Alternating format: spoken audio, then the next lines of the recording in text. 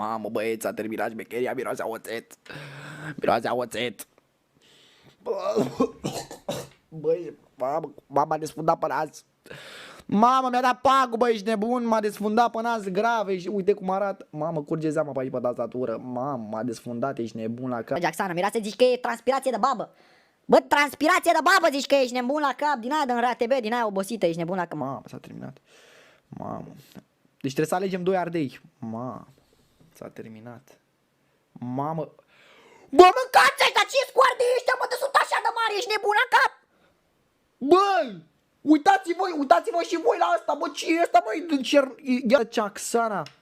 Și ăsta, uite-l și pe ăsta, ești nebun la cap, zici că e ciobohârlă. Să moară Jacksana, stai să-l bag înapoi. Mamă, mi-a stat. Mamă.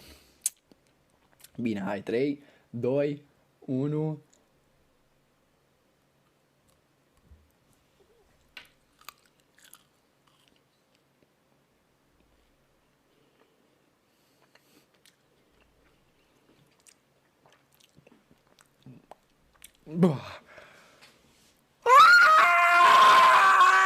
Să moară Jacksana! Zarzavat! Bă,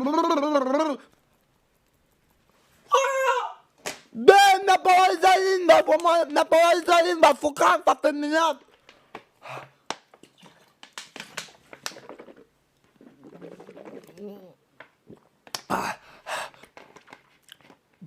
Mamă, Ciocan! Mamă! Mamă, s-a terminat! Uitați-vă cât a mai rămas, băieți! E și scârbos și e și iute. E combinația fatală, ești nebun?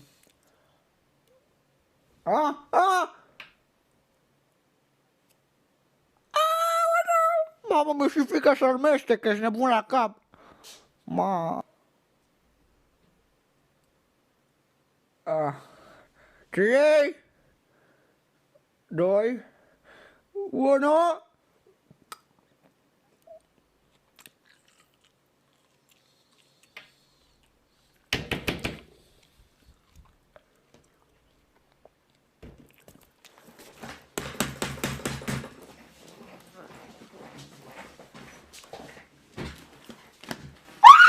Să moară Jacksana, măr de gura!